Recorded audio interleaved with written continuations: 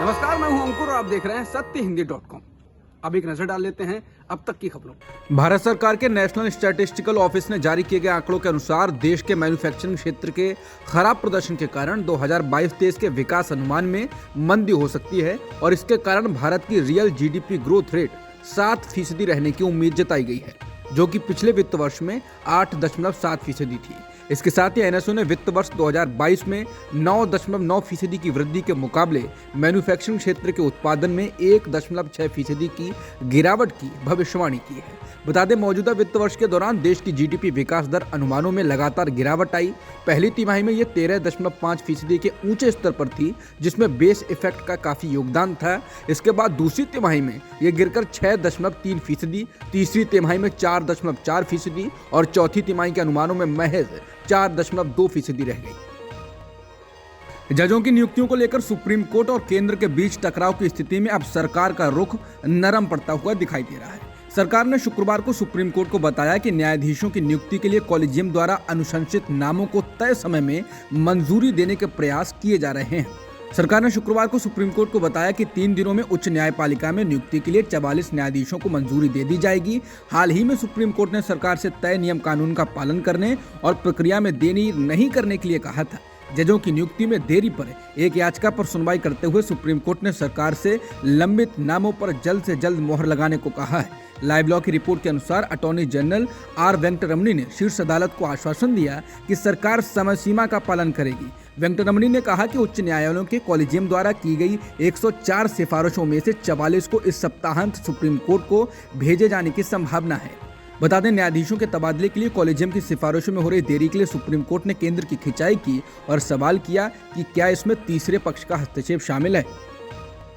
भारत जोड़ो यात्रा के जम्मू कश्मीर पहुंचने से पहले कांग्रेस के पक्ष में बड़ा घटनाक्रम हुआ। गुलाम नबी आजाद के साथ कांग्रेस छोड़कर गए नेताओं ने फिर से कांग्रेस का दामन थाम लिया है। ये आजाद के लिए बड़ा झटका है। इन नेताओं में जम्मू कश्मीर के पूर्व उप मुख्यमंत्री ताराचंद सहित कई वरिष्ठ नेता हैं जो कांग्रेस में शामिल हुए हैं। ताराचंद के अलावा कांग्रेस के पाले में लौटने वाले अन्य प्रमुख नेताओं में पूर्व मंत्री पीरजादा मोहम्मद सईद, पूर्व विधायक बलवान सिंह और गुलाम नबी आजाद की डेमोक्रेटिक आजाद पार्टी के जम्मू जिला अध्यक्ष विनोद शर्मा शामिल हैं। गुलाम नबी आजाद के वफादार माने जाने वाले इन सभी नेताओं ने डेमोक्रेटिक आजाद पार्टी में शामिल होने के लिए कांग्रेस छोड़ दी थी। हालांकि आजाद ने चांद, लाल और बलवान सिंह को पिछले महीने ही पार्टी विरोधी गतिविधियों के लिए डीएपी से निष्कासित कर दिया था। चंद, लाल और सिंह उन पहले कांग्रेसी नेताओं में शामिल थे जिन्होंने पिछले साल अगस्त में आजाद के समर्थन में सबसे पहले आवाज उठाई थी। इन नेताओं को संगठन के महासचिव केसी वेणुगोपाल, एआईसीसी महासचिव जयराम रमेश और एआईसीसी के राज्य प्रमुख रजनी पाटिल की उपस्थिति में शामिल कराया गया। जयराम रमेश ने इस दौरान कहा कि 2 और नेता जल्द ही पार्टी में शामिल होंगे। उन्होंने कहा ये पहली किश्त है और जल्द ही दूसरी किश्त इसमें शामिल होगी। गुलाम नबी आजाद के साथ कांग्रेस छोड़ने वाले जम्मू कश्मीर के पूर्व उप मुख्यमंत्री ताराचंद ने कहा कि कांग्रेस छोड़ना उनके राजनीतिक जीवन की सबसे बड़ी भूल थी। उन्होंने कहा यह जल्दबाजी में उठाया गया गलत कदम है। मैं भावनाओं और दोस्ती में बह गया था। वहीं पूर्व मंत्री पीरजादा मोहम्मद सईद ने जम्मू कश्मीर के लोगों और कांग्रेस से पार्टी छोड़ने के लिए माफी मांगी। ताराचंद ने कहा कि हमने सारा जीवन कांग्रेस में बिताया, लेकिन बीच में एक ऐसी स्थिति पैदा हो गई जब हमने भावनाओं में बहकर जल्दबाजी में गलत कदम उठा लिया। ये गलत फैसला था। जिस पार्टी ने मुझ जैसे गरीब को पहचान दी, मुझे विधायक बनाया, सीएलपी नेता बनाया, विधानसभा अध्यक्ष, उपाध्यक्ष बनाया, मैं मानता हूं कि भावनाओं में बहकर किसी की दोस्ती से प्रभावित होकर कांग्रेस छोड़ना हमारे जीवन की सबसे बड़ी भूल थी। कश्मीर घाटी में हिंदुओं को निशाना बनाकर मारने की घटनाओं को लेकर डेमोक्रेटिक प्रोग्रेसिव आजाद पार्टी के नेता गुलाम नबी आजाद ने कहा है कि गैर मुसलमान को मारने से सबसे ज्यादा नुकसान मुसलमानों को होता है। आजाद हाल ही में राजौरी में हुए आतंकवादी हमले पर बोल रहे थे, जिसमें 2 दिनों में 6 हिंदुओं की हत्या कर दी गई। इसमें नाबालिग बच्चा भी शामिल है। आजाद ने कहा कि पहले भी ऐसा हुआ है। मारने वालों को ये नहीं पता है कि गैर मुसलमान को मारने से सबसे ज्यादा नुकसान मुसलमानों को ही होता है। कश्मीर के लाखों बच्चे हिंदुस्तान के अलग अलग हिस्सों में पढ़ते हैं। ऐसे हमलों का असर उन पर भी पड़ता है। शिवसेना सांसद संजय राउत की मुश्किलें एक बार फिर बढ़ती हुई दिखाई दे रही हैं। अब शिवसेना सांसद के खिलाफ बीजेपी नेता किरीट सोमैया की पत्नी की मानहानि के मामले में गैर जमानती वारंट जारी किया गया है। रिपोर्ट के मुताबिक संजय राउत को मानहानि के मामले में बार बार समन जारी किया गया, लेकिन उसके बाद भी शिवसेना सांसद कोर्ट में हाजिर नहीं हो सके। ऐसे में मुंबई की शिवड़ी कोर्ट ने संजय राउत के खिलाफ गैर जमानती वारंट जारी किया है। बता दें, किरीट सोमैया की पत्नी मेधा सोमैया पर संजय राउत ने 100 करोड़ रुपए के घोटाले में शामिल होने का आरोप लगाया। इसको लेकर मेधा ने राउत पर मानहानि का केस किया। एयर इंडिया के यात्रियों द्वारा कथित तौर पर नशे की हालत में सहयात्रियों पर पेशाब करने की 2 घटनाओं के बाद नागरिक उड्डयन महानिदेशालय यानी डीजीसीए ने एयरलाइंस के लिए एडवाइजरी जारी की है। इसने शुक्रवार को सभी एयरलाइनों को सलाह दी है कि जब अन्य सभी विकल्प काम नहीं करें तो अनियंत्रित यात्रियों पर नियंत्रित करने के उपकरणों का उपयोग करें। एक रिपोर्ट के अनुसार डीजीसीए के एडवाइजरी में कहा गया है कि हाल के दिनों में डीजीसीए ने उड़ान के दौरान विमान में यात्रियों द्वारा अनियंत्रित व्यवहार और अनुचित आचरण की कुछ घटनाओं पर ध्यान दिया। इसमें यह देखा गया है कि अधिकारी, पायलट और कैबिन क्रू सदस्य उचित कार्रवाई करने में विफल रहे। इसने आगे कहा, इस तरह की अप्रिय घटनाओं के प्रति एयरलाइंस द्वारा कार्रवाई नहीं करने या फिर अपर्याप्त कार्रवाई या चूक करने से लोगों में हवाई यात्रा की छवि को धूमिल किया है। नियमों का अनुपालन नहीं किए जाने पर सख्ती से निपटा जाएगा और कार्रवाई की जाएगी। बता दें, एक दिन पहले ही डीजीसीए ने एयर इंडिया के विमान में सहयात्री पर पेशाब करने के मामले में कार्रवाई करने को कहा था। डीजीसीए ने 26 नवंबर को न्यूयॉर्क दिल्ली उड़ान पर पेशाब करने की घटना के लिए गुरुवार को एयर इंडिया को कारण बताओ नोटिस जारी किया था। इसमें इसने कहा कि एयरलाइन का आचरण गैर पेशेवर लगता है और इस वजह से सिस्टमैटिक फेलियर हुआ है। एयर इंडिया की फ्लाइट में बुजुर्ग महिला पर पेशाब करने वाले व्यक्ति को कंपनी ने नौकरी से निकाल दिया है। आरोपी यात्री शंकर मिश्रा को इस घटना के बाद कंपनी वेल्स फार्गो ने बर्खास्त कर दिया। इंडिया टुडे की रिपोर्ट के अनुसार इस संबंध में एक बयान जारी करते हुए वेल्स फार्गो ने कहा, वेल्स फार्गो कर्मचारियों के पेशेवर और व्यक्तिगत व्यवहार के उच्चतम मानकों की अपेक्षा रखता है और हम इन आरोपों से बेहद परेशान हैं। इस व्यक्ति को वेल्स फार्गो से बर्खास्त कर दिया गया है। हम कानून प्रवर्तन के साथ सहयोग कर रहे हैं। बता दें, शंकर मिश्रा ने वेल्स फार्गो के भारत चैप्टर के उपाध्यक्ष के रूप में काम किया। वेल्स फार्गो एक अमेरिकी वित्तीय सेवा देने वाली कंपनी है और जिसका मुख्यालय कैलिफोर्निया में है। दिल्ली नगर निगम के मेयर और डिप्टी मेयर का चुनाव हंगामे की वजह से टल गया। दिल्ली के उपराज्यपाल विनय कुमार सक्सेना के द्वारा मनोनीत पार्षदों को पहले शपथ दिलाए जाने के मुद्दे पर सदन में जबरदस्त हंगामा हुआ और बीजेपी और आम आदमी पार्टी के पार्षद आपस में भिड़ गए। इस दौरान दोनों दलों ने उनके पार्षदों की पिटाई का आरोप लगाया। आम आदमी पार्टी के पार्षदों ने वंदे मातरम, केजरीवाल जिंदाबाद के नारे लगाए तो बीजेपी के पार्षदों ने जय श्री राम का उद्घोष किया। सदन में काफी देर तक चले हंगामे के बाद सदन को अगली सूचना तक स्थगित कर दिया गया। अब मेयर और डिप्टी मेयर के चुनाव के लिए नई तारीख घोषित की जाएगी। दिल्ली नगर निगम में हुए हंगामे को लेकर बीजेपी ने कहा है कि आम आदमी पार्टी के पार्षदों ने सदन में गुंडागर्दी की। दिल्ली में बीजेपी के सांसद मनोज तिवारी, प्रवेश साहिब सिंह वर्मा, केंद्रीय मंत्री और सांसद मीनाक्षी लेखी इस मामले में प्रेस कॉन्फ्रेंस करने के लिए उतरे और अपना पक्ष रखा, जबकि इसके जवाब में आम आदमी पार्टी के मुख्य प्रवक्ता सौरभ भारद्वाज और विधायक आतिशी मारलेना ने भी प्रेस कॉन्फ्रेंस की। बीजेपी ने अपनी महिला पार्षदों को प्रेस कॉन्फ्रेंस में मीडिया के सामने बुलाया और बताया कि सदन में हुए हंगामे में उन्हें चोट पहुंची है। बीजेपी ने आरोप लगाया कि आम आदमी पार्टी के पार्षदों ने शराब पी हुई थी। केंद्रीय मंत्री मीनाक्षी लेखी ने कहा कि बीजेपी के एक पार्षद के पांव में फ्रैक्चर हुआ है, एक महिला पार्षद के हाथ में चोट है, कुछ और पार्षद भी घायल हुए हैं। सदन में जिस तरह से आज अराजक हालात बने, ऐसा कभी नहीं हुआ होगा। लेखी ने कहा कि ये उन लोगों ने किया जो अपने आप को सत्ता में अराजक कहकर आए हैं और अरविंद केजरीवाल खुद को अराजक कहते भी हैं। सांसद प्रवेश साहिब सिंह वर्मा ने कहा कि एमसीडी में मनोनीत पार्षदों को एल्डरमैन कहा जाता है। उन्होंने कहा कि संविधान में कहीं नहीं लिखा है कि मनोनीत पार्षद पहले शपथ नहीं ले सकते।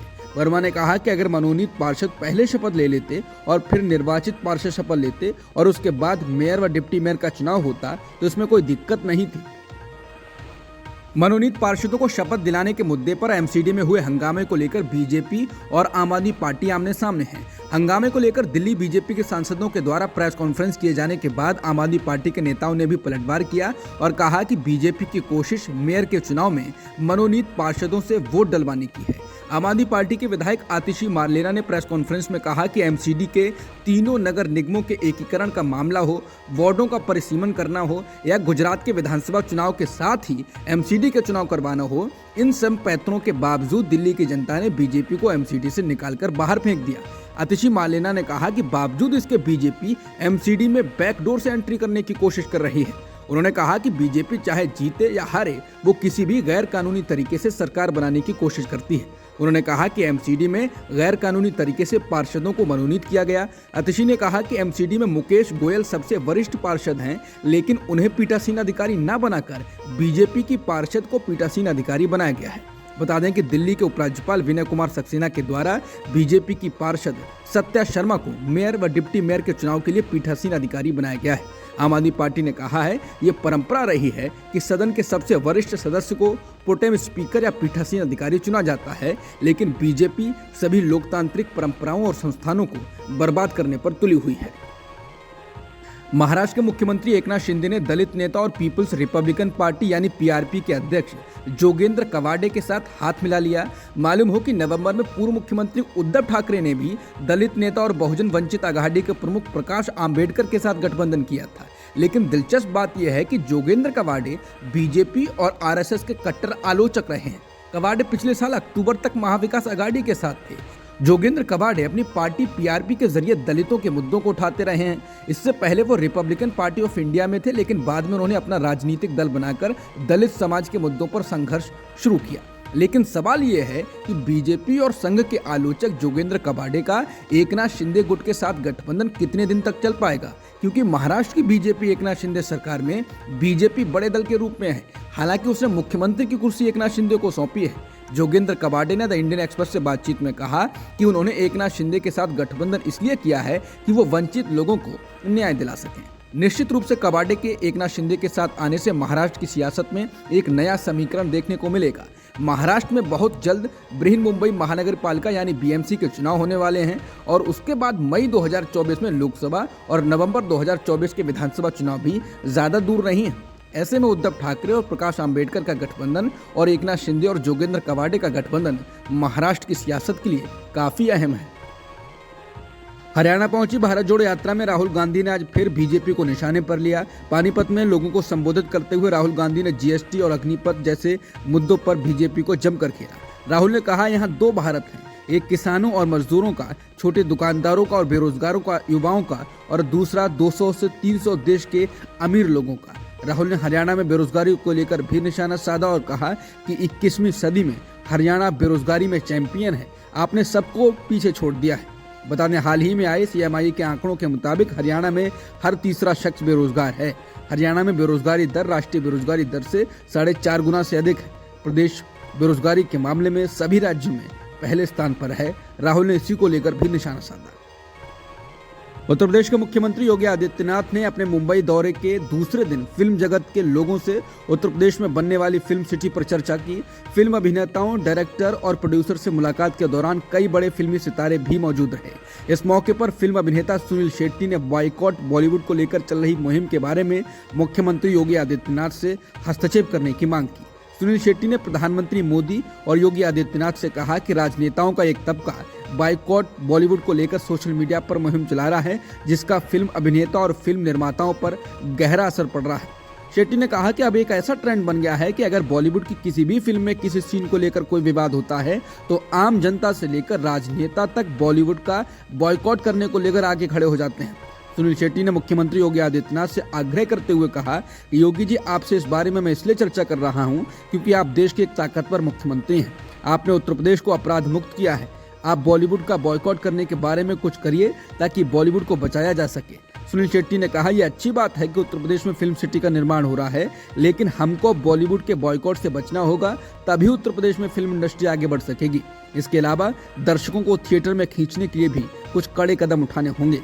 फिल्म अभिनेता सुनील शेट्टी के दर्द का समर्थन गायक सोनू निगम, अभिनेता और नेता दिनेश लाल निरहुआ और सुभाष घई जैसे लोगों ने भी किया।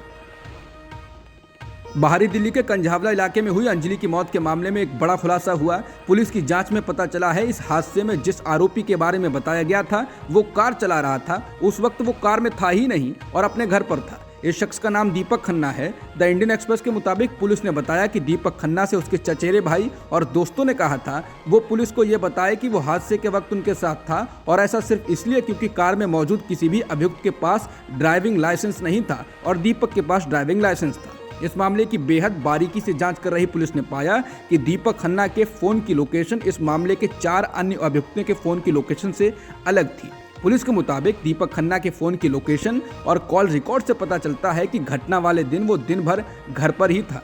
दिल्ली पुलिस के विशेष आयुक्त सागर प्रीत हुड्डा ने बताया कि अमित खन्ना ही इस कार को चला रहा था और पुलिस के पास इस बात को साबित करने के लिए सबूत हैं। बता दें, इस हादसे में कार से स्कूटी की टक्कर होने के बाद अभियुक्तों ने अंजलि को 10 से 12 किलोमीटर तक घसीटा था और इसमें उसकी जान चली गई। अंजलि की उम्र 20 साल थी। दिल्ली पुलिस ने कंझावला केस में छठे आरोपी आशुतोष को गिरफ्तार कर लिया है। समाचार एजेंसी एएनआई ने दिल्ली पुलिस के हवाले से कहा कि गिरफ्तार व्यक्ति ही उस कार का मालिक है जिससे मृतका को 12 किलोमीटर तक घसीटा गया। पुलिस को इनकी तलाश थी और इन पर अन्य अभियुक्तों को बचाने का आरोप है। पुलिस का कहना है कि छठा अभियुक्त कार में बैठे एक व्यक्ति का भाई है। दिल्ली पुलिस के स्पेशल कमिश्नर सागरप्रीत हुड्डा ने बताया कि छठे अभियुक्त ने पुलिस को गलत जानकारी दी थी और मामले की आगे की जांच जारी है। इस मामले में दिल्ली पुलिस पहले ही 5 लोगों को गिरफ्तार कर चुकी है। अब तक की खबरों में इतना ही। बाकी खबरों के लिए बने रहिए सत्यहिंदी.com के साथ।